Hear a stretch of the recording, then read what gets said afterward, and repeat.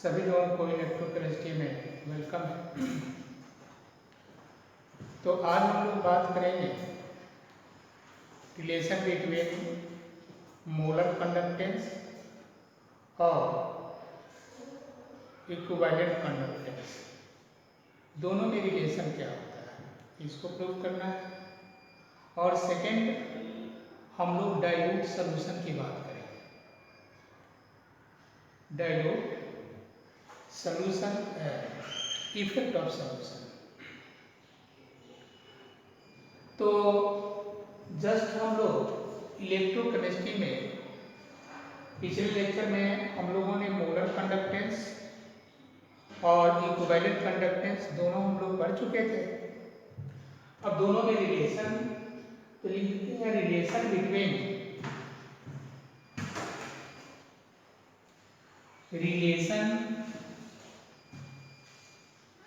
Between molar conductance and equivalent conductance.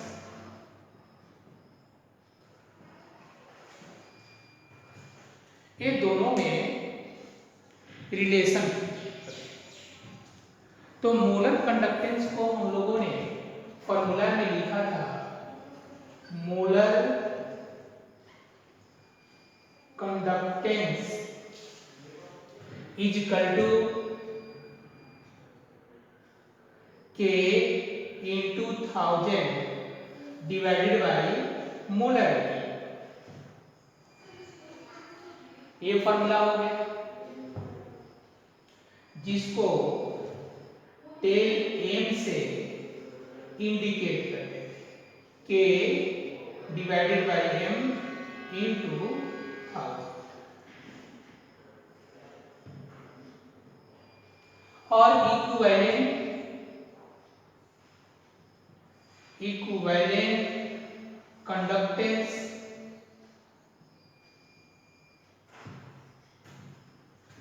इसका formula हम लोगों ने लिखा था K into 1000 divided by normality. Del equivalent is equal to K by N into 1000। ये लिखा।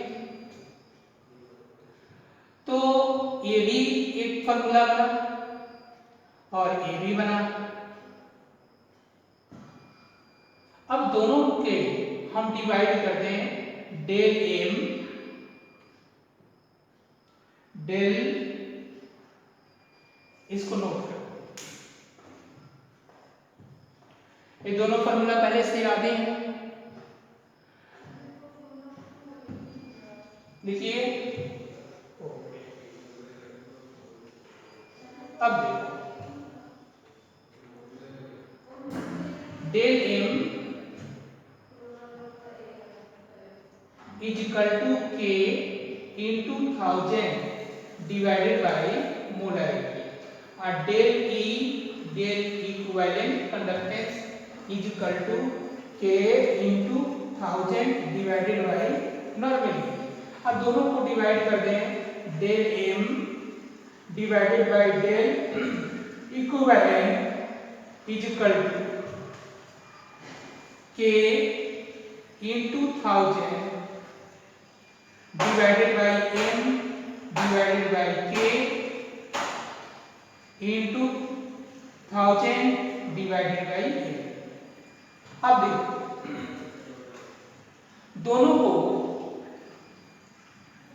इसको चेंज करना पड़ेगा, del M divided by del E Q equivalent conductance is equal to K into 1000 divided by M into N divided by K into 1000।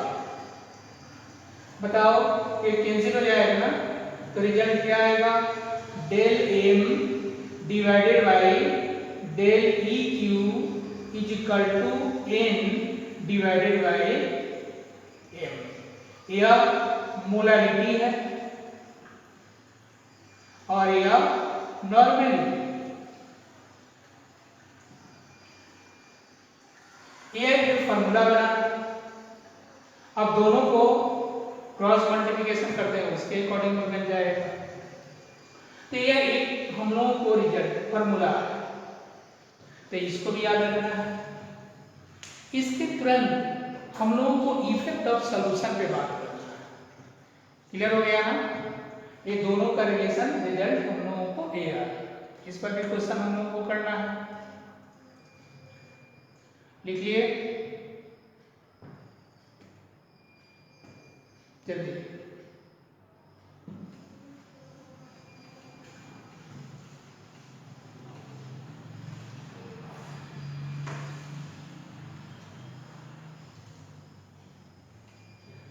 अब देखो ध्यान, effect of dilution. Effect of dilution. Effect of dilution, double A. तो effect का तो मतलब पता है, dilution का मतलब क्या होता है? कोई कंसंट्रेशन है और कंसंट्रेशन में जब पानी मिलाते हैं तो क्या हो जाता है? डाइल्यूट हो जाता है। उसी प्रोसेस को डाइल्यूशन कहते हैं। कंसंट्रेशन समझ रहे हो, डाइल्यूट भी समझ रहे हो। कंसंट्रेशन है और उसमें पानी मिलाते जाओ तो क्या हो जाएगा? डाइल्यूट हो जाएगा। उसी प्रोसेस को डाइल्यूशन कहते हैं। क्लियर हो गया? अच्छा, इसमें हम लोग पढ़े हैं कंडक्टेंस।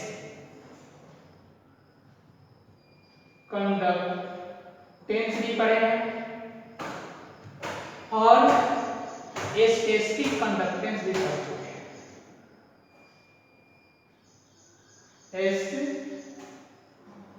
स्पेसिफिक कंडक्टेंस भी पढ़ चुके हैं। स्पेसिफिक कंडक्टेंस भी पढ़ चुके हैं। ये भी हम लोगों को स्टडी कर चुके हैं, ये भी कर चुके हैं। मोलर कंडक्टेंस,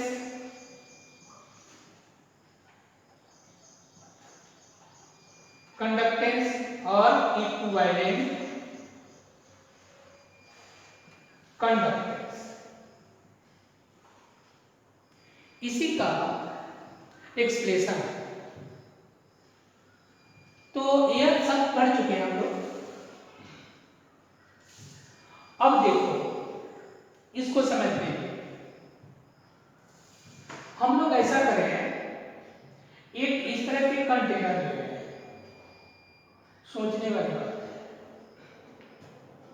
कंटेनर ले लिया। अब कंटेनर में हम 1 मोल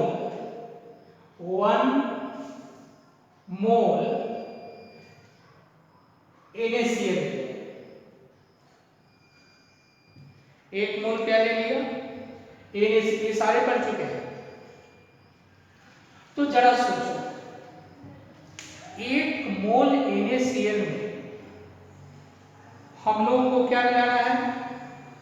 पानी मिलाना है। पानी मिलाते जाइए तो डिसोसिएट हो जाएगा ना। तो 1 मोल से 1 मोल NaCl से मान लो कि 4 आयन मिलते हैं। तो अगर 2 मोल मिलाते हैं NaCl तो 1 मोल मिलेगा।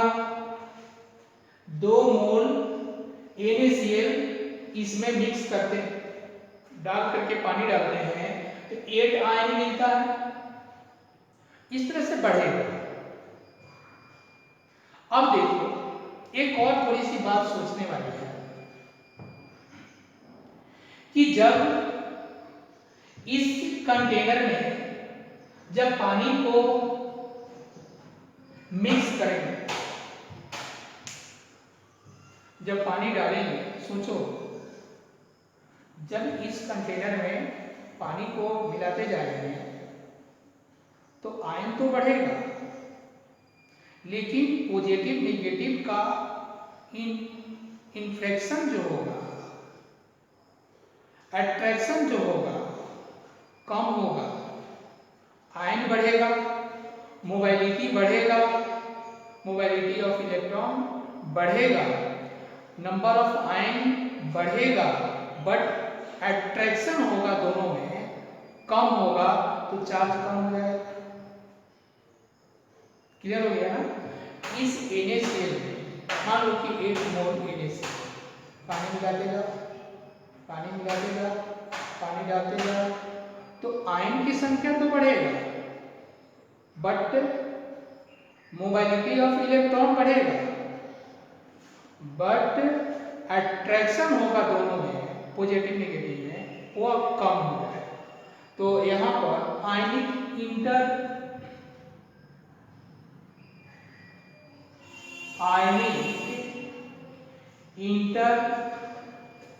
फ्रिक्शन,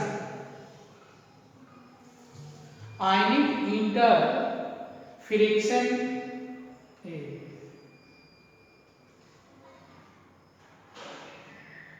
इंटरफ्रिक्शन क्या हो जाएगा?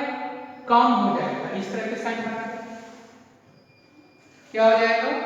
कम हो जाएगा। Ionic mobility electron, ionic mobility of electron ये बढ़ जाएगा, और नंबर ऑफ आयंस ये भी बढ़ जाएगा।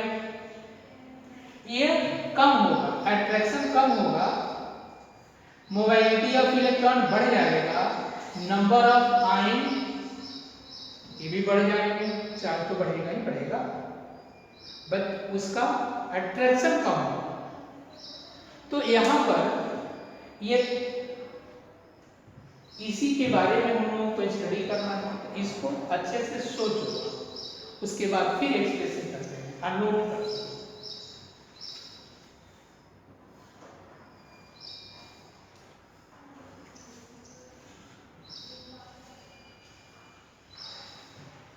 हो गया?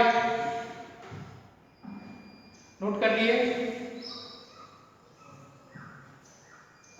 समझ गए ना इस चीज को? जस्ट इसके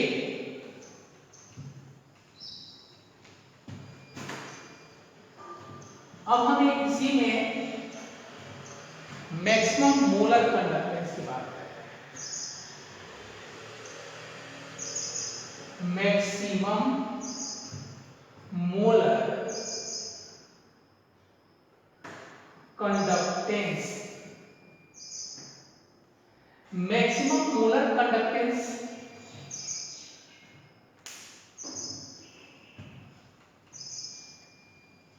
इसकी थोड़ी बात है।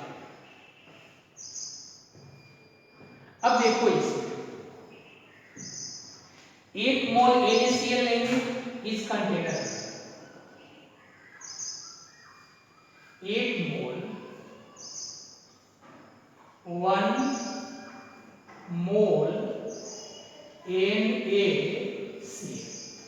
ले लिया इस कंटेनर में, और इसमें पानी डालें H2O।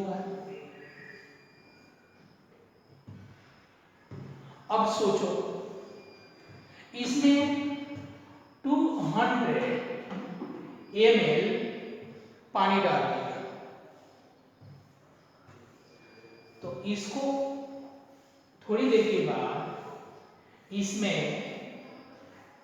200 ml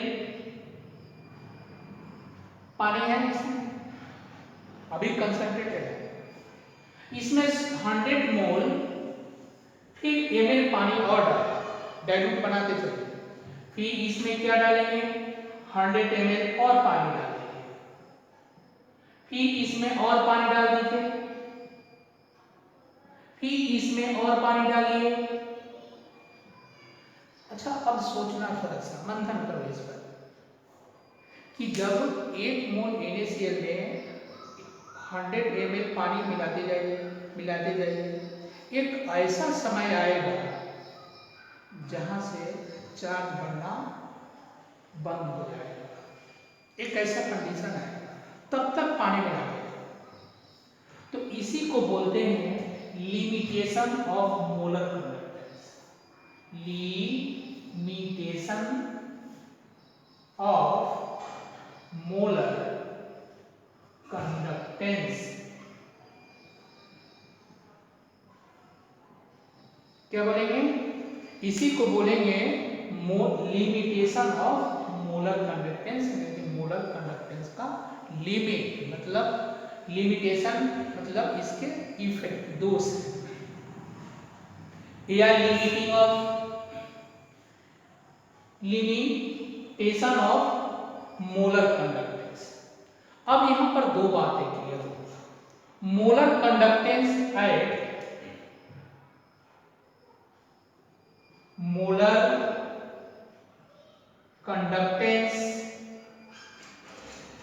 एट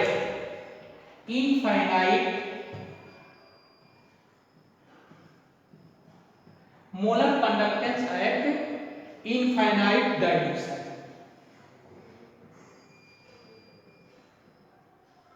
दो बातें होगा, एक होगा मोलर कंडक्टेंस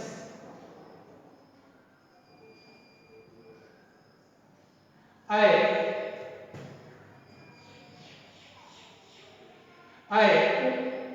जीरो डाइल्यूशन। देखो इनफाइनाइट होते जाएगा, एक समय क्या आएगा, जीरो पे पहुंच जाएगा, डाइल्यूशन होगा ही नहीं। तो इसको एक क्लियर हो गया। अब इसको हम एक ग्राफ के अकॉर्डिंग समझेंगे। क्लियर हो गया ना? एक NaCl है, इसमें 100 ml 200 ml पानी पहले से मिला चुके हैं, 100 ml और बनाइए, 100 ml और डालिए, 100 ml और डालिए, 100 ml और डालिए। जब डालिएगा तो वह एक जीरो पर पहुंच जाएगा, वो उसके बाद डाइल्यूशन होने वाला नहीं। तो दोनों इसी लिमिटेशन ऑफ मोलर कंडक्टेंस। तो दो सेंटेंस यहाँ पर क्लियर हो रहे हैं कि molar conductance at infinite dilution और molar conductance at zero dilution या जीरो कंसंट्रेशन। जीरो कंसंट्रेशन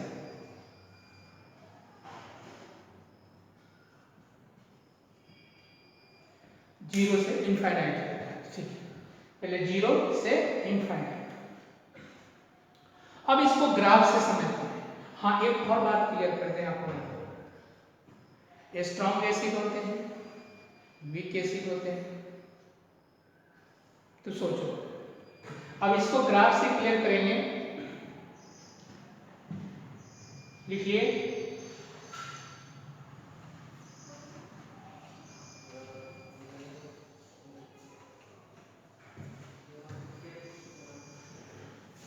अब इसको ग्राफ से क्लियर कर रहे हैं।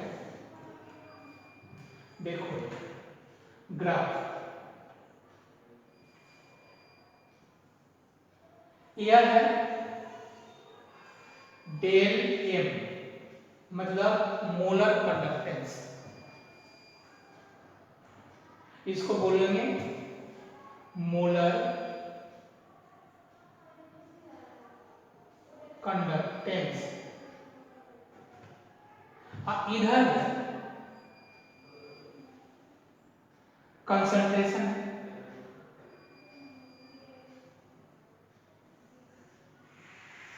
कंसंट्रेशन ये स्क्वायर रूट में करें।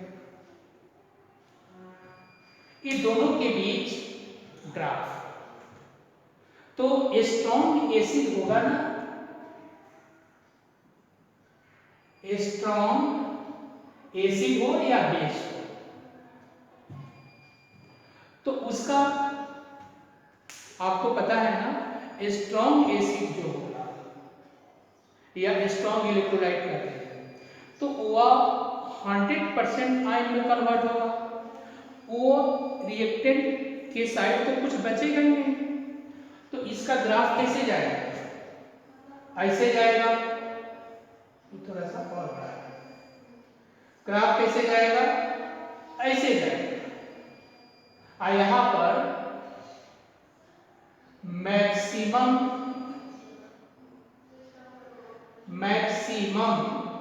मोलर कंडक्टेंस, गौर करना इसको समझने के लिए, बहुत इंपॉर्टेंट है।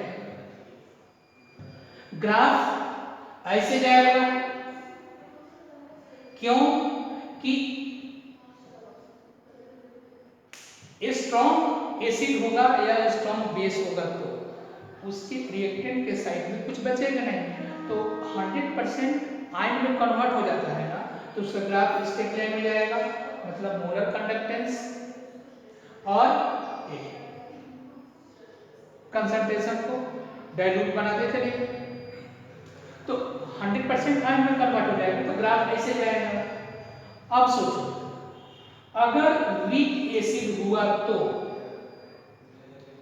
वीक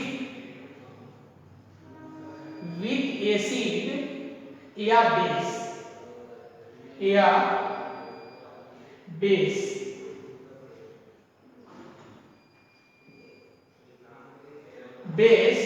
हुआ तो उसका ग्राफ इस तरह से जाएगा, वो क्योंकि रिएक्टेंट साइड तो बच जाएगा ना, तो इस तरह से जाएगा। या वीक एसिड इसको स्ट्रॉन्ग बेस या एसिड, सोचना एक strong acid base graph straight line में जा रहा है और या इस तरह से घूम कर कंप्लीटली नहीं जा रहा, क्यों, क्योंकि रिएक्टेंट के साइड में, क्योंकि 100% वीक एसिड आयन में कन्वर्ट नहीं होता, और इस प्रोसेस को एक्स एक्सिस या वाई एक्सिस, इसी प्रोसेस को समझाने के लिए, इसको समझाने क्लियर करने के लिए आए कोहलर्स लॉ, इसी को कोहलर्स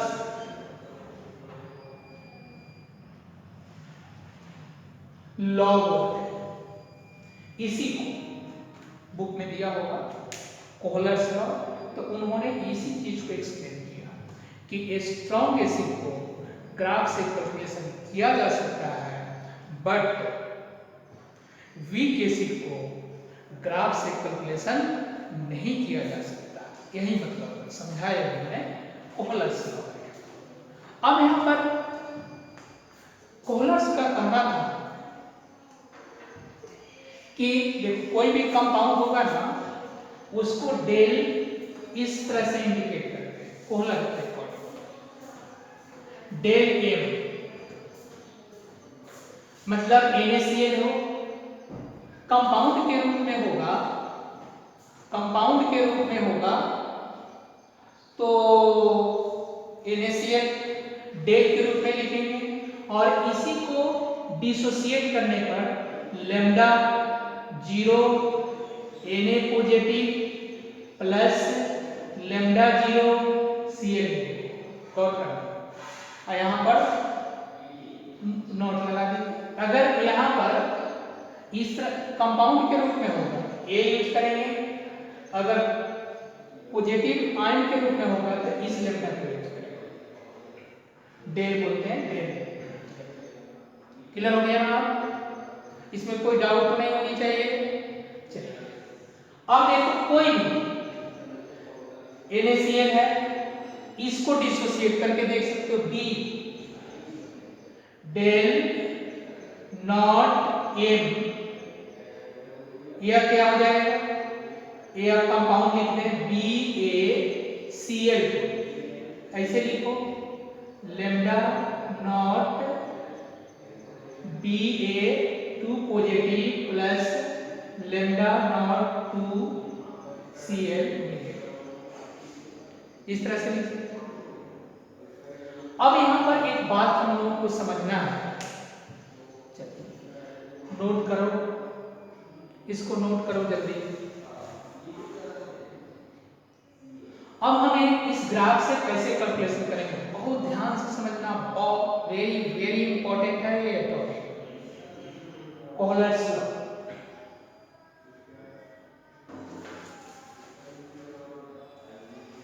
क्लियर हो गया?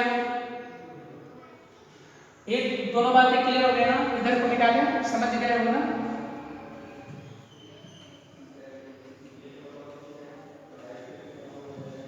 अब देखो, अब मेन इंपॉर्टेंट बात यहां पर से, अब हमें CH del M is equal to लिख दें, कंपाउंड लिख दें CH3COOH, और इसको डिसोसिएट करेंगे तो लेमडा नॉट CH3COO नेगेटिव और plus lambda not H positive, but यह वीक एसिड है, इसको ग्राफ से तो इस सब को तो ग्राफ से कैलकुलेशन किया जा सकता है, क्योंकि ये भी स्ट्रॉन्ग है। अगर मान लो कि यहाँ पर HCl स्ट्रॉन्ग एसिड है, del M del not M is equal to लिख दें, इसका लिखें HCl, तो यह lambda not H positive lambda not Cl negative, strong acid है, यह स्ट्रॉन्ग एसिड है। अब यहां ये तो वीक एसिड है ना, कोई भी स्ट्रॉन्ग एसिड या वीक एसिड दोनों में से कोई ले सकते। अब गौर करो यहां, ये तो इसको उस सारे को तो ग्राफ से कैलकुलेशन किया जा सकता है, लेकिन इसको तो किया नहीं जा सकता। तो क्या करेंगे, इसमें हम इसमें नमक डाल देंगे, NaCl इसमें मिक्स कर देंगे, ये डाइल्यूशन, यह कंसंट्रेशन है, पानी डाला हुआ है, और उसमें हम नमक मिला देंगे। नमक NaCl मिलाएंगे तो Na पर पॉजिटिव और Cl पे नेगेटिव, ये आएगा Na पर पॉजिटिव और Cl पे नेगेटिव, इसका होगा ना डेल M नॉट NaCl, यह रिजल्ट आएगा। तो ये क्या होगा, इसमें ये दोनों इसमें आ जाएगा ना, लेमडा नॉट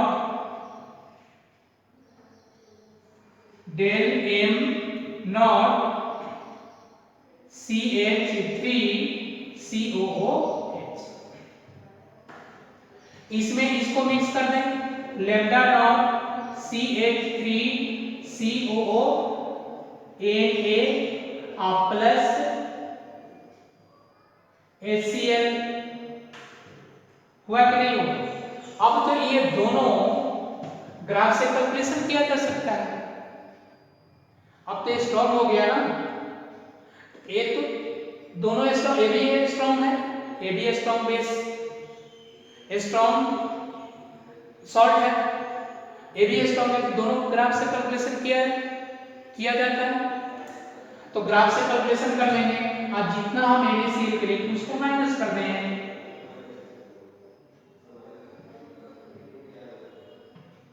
यहाँ पर लेमडा, यहाँ पर जो कंपाउंड के रूप में तो मैं बोला था ना कि इसको माइनस कर दो NaCl, तो बताइए इससे रिजल्ट आ सकता है। तो यह प्रोसेस बहुत ध्यान से समझना पड़ेगा। यह स्ट्रॉन्ग वीक एसिड है, इसमें हम NaCl मिला दिया, तो ये हो गया। अब देखो इसको ऐसे भी लिखा जाता है M0CH3COOH is equal to del MCH3COONA plus del MHCl minus del M0NaC। क्या रिजल्ट आएगा? Very very important. अब खूब इस पर सोचो, अपने आप क्लियर होगा। फिर भी क्लियर नहीं होगा तो हम क्लास में इसको अच्छे से समझाएंगे और भी एक्सप्लेन करेंगे, घबराने की बात नहीं है। इसको यहाँ क्लियर हो गया ना आप लोगों को? तो यह हुआ हम लोगों को इफेक्ट ऑफ डाइल्यूशन। आप उसी को पोलर्स लॉ बोलते हैं। एक और यहाँ पर, अब ये भी स्ट्रॉन्ग है NaCl तो तीनों को ग्राफ से कैलकुलेशन करके इसकी वैल्यू निकाल सकते हैं। तो इस तरह से क्वेश्चन कर सकते हैं। तो अब इसको नोट करो,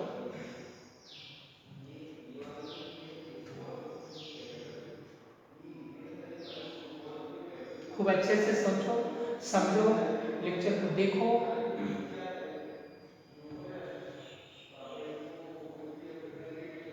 अब देखो एक टॉपिक, छोटा सा एक और टॉपिक है, उसके बाद एक दो क्वेश्चन करते हैं, मिटा दें। क्लियर हो गया?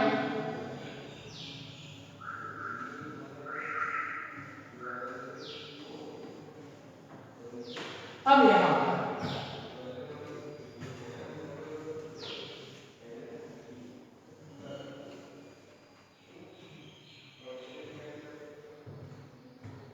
डिग्री ऑफ डिसोसिएशन की बात करें। Degree of dissociation, degree of dissociation is equal to molar conductance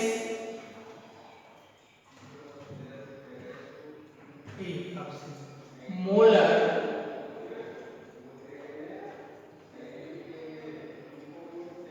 conductance molar conductance at given concentration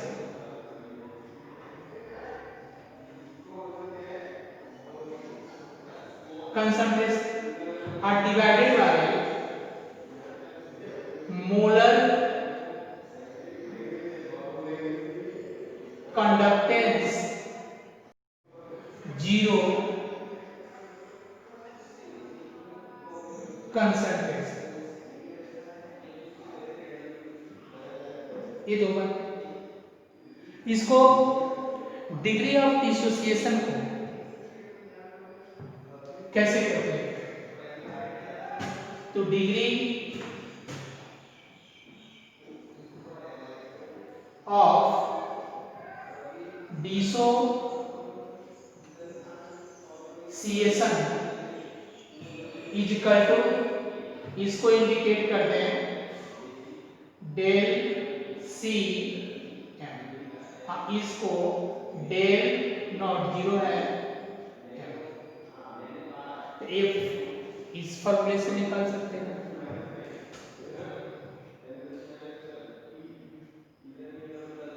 तो इस तरह से अब इसी तरह से आपको del C M divided by del not M is equal to del C equivalent molar conductance और डेल नॉट इक्विवेलेंट, यह फॉर्मूला से बना सकते हैं। तो यह डिग्री ऑफ डिसोसिएशन की बात हुई। अब यहाँ पर क्वेश्चन करना है, इसको नोट करो, समझ गए ना? अब क्वेश्चन एक करते हैं,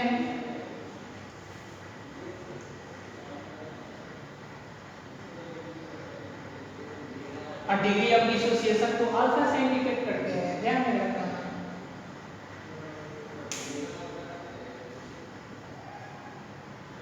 हो गया? चलिए क्वेश्चन करते हैं, मिटा दें।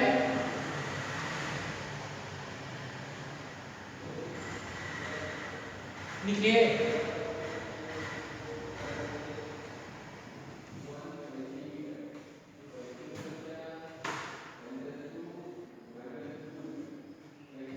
एक क्वेश्चन सिंपल सा जो जेईई मेंस में पूछा गया क्वेश्चन है। तो the molar conductivity of acetic acid, question number 1, the molar conductance of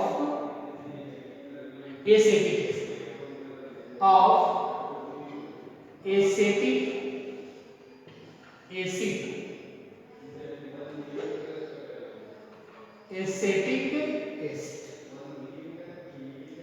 at zero dilution is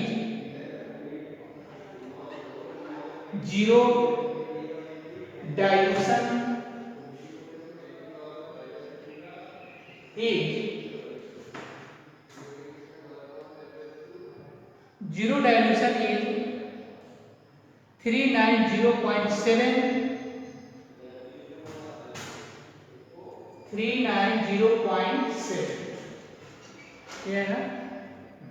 and for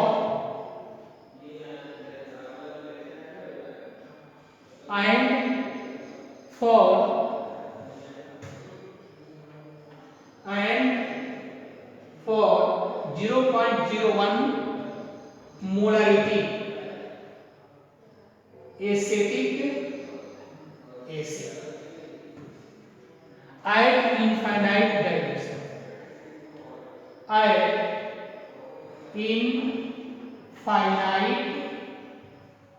dilution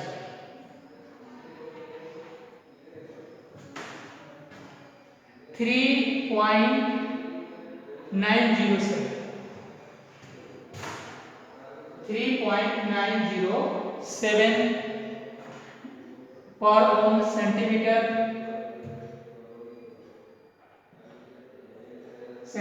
square और है पर मोल। इसकी यूनिट है, यदि इसका भी यूनिट नहीं होगा। और दिया हुआ है find the degree of dissociation, find the degree of dissociation, ये जेईई मेंस का क्वेश्चन। यहाँ पर एक बार और भी इसको दिया था नीट में, दो जेईई मेंस में डिग्री ऑफ डिसोसिएशन पूछ दिया था और नीट के एग्जाम में एंड पीएच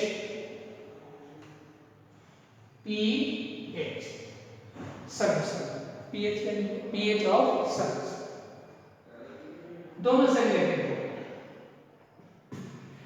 नीट के एग्जाम में पीएच पूछा गया था, इसी प्रोसेस के अकॉर्डिंग जेईई मेंस के एग्जाम में डिग्री ऑफ डिसोसिएशन पूछा गया था।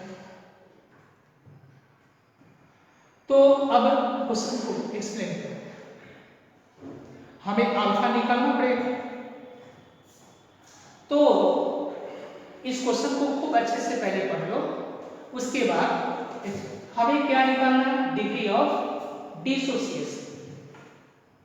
तो degree of dissociation alpha is equal to होते हैं ना मोलर कंडक्टेंस डिवाइडेड बाय 0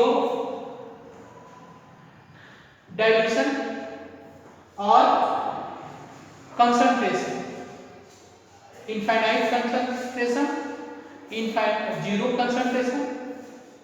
तो अब ये दोनों की वैल्यू लिखा है ना, या मोलर कंडक्टेंस कितना दिया हुआ है, इनफाइनाइट डाइल्यूशन। तो infinite dilution 3.907 divided by molar zero dilution ये भी दिया है 390.7। अब इसको कैलकुलेट कर दें तो कैलकुलेट करने पे हमारा आएगा 0.01 यही आएगा। क्लियर? यहां तो बात समझ में आ गया क्योंकि दो दिया हुआ है ना, देखो कितना इजी है। हमें अल्फा निकल गया, हमें क्या पता करना है? Degree of dissociation. अब चलो तो देखो CH3COOH इसको डिसोसिएट करें CH3COO नेगेटिव और H पॉजिटिव होगा, पता है ना ये। और यह कंसंट्रेशन है इनिशियल स्टेज में यह 0 फाइनल स्टेज में इसमें से अल्फा माइनस होगा C अल्फा यही होता है ना, होगा कि नहीं होगा? अच्छा हमें कितना क्या पता करना था? Degree of dissociation. तो इसका पता नहीं है, इसका पता नहीं है, इसका तो मालूम है ना। H पॉजिटिव अल्फा तो निकल जाएगा, H C alpha is equal to H positive लिख लें, H positive is equal to C alpha लिख लें, C अल्फा दिया हुआ। अब C कंसंट्रेशन दिया हुआ था इतना 0.01 और हमें डिग्री ऑफ डिसोसिएशन कितना आया था? कितना? हमें डिग्री ऑफ डिसोसिएशन तो यहां पता चल गया 1 मिनट में, इसका तो जवाब हमें मिल गया। हमें pH पता करना है ना, तो देखो A हो गया ना, इसका रिजल्ट क्या आएगा? 0.001। अब इसको ये होगा ना 1 2 1 2 3 4 ठीक है। और इसका मतलब 10⁻⁴ ये होगा। तो अब देखो लॉग हम लोग जानते हैं ना, लॉग के according log pH is equal to लिखते हैं ना लॉग H पॉजिटिव। तो H का इतना वैल्यू है लॉग 10⁻⁴, तो pH कितना हो जाएगा? pH आ जाएगा हम लोगों का 4। इसका रिजल्ट क्या आएगा? हो तो गया। तो आंसर क्या हो गया हम लोगों को? एक तो डिग्री ऑफ डिसोसिएशन कितना हो गया और pH कितना आ जाएगा?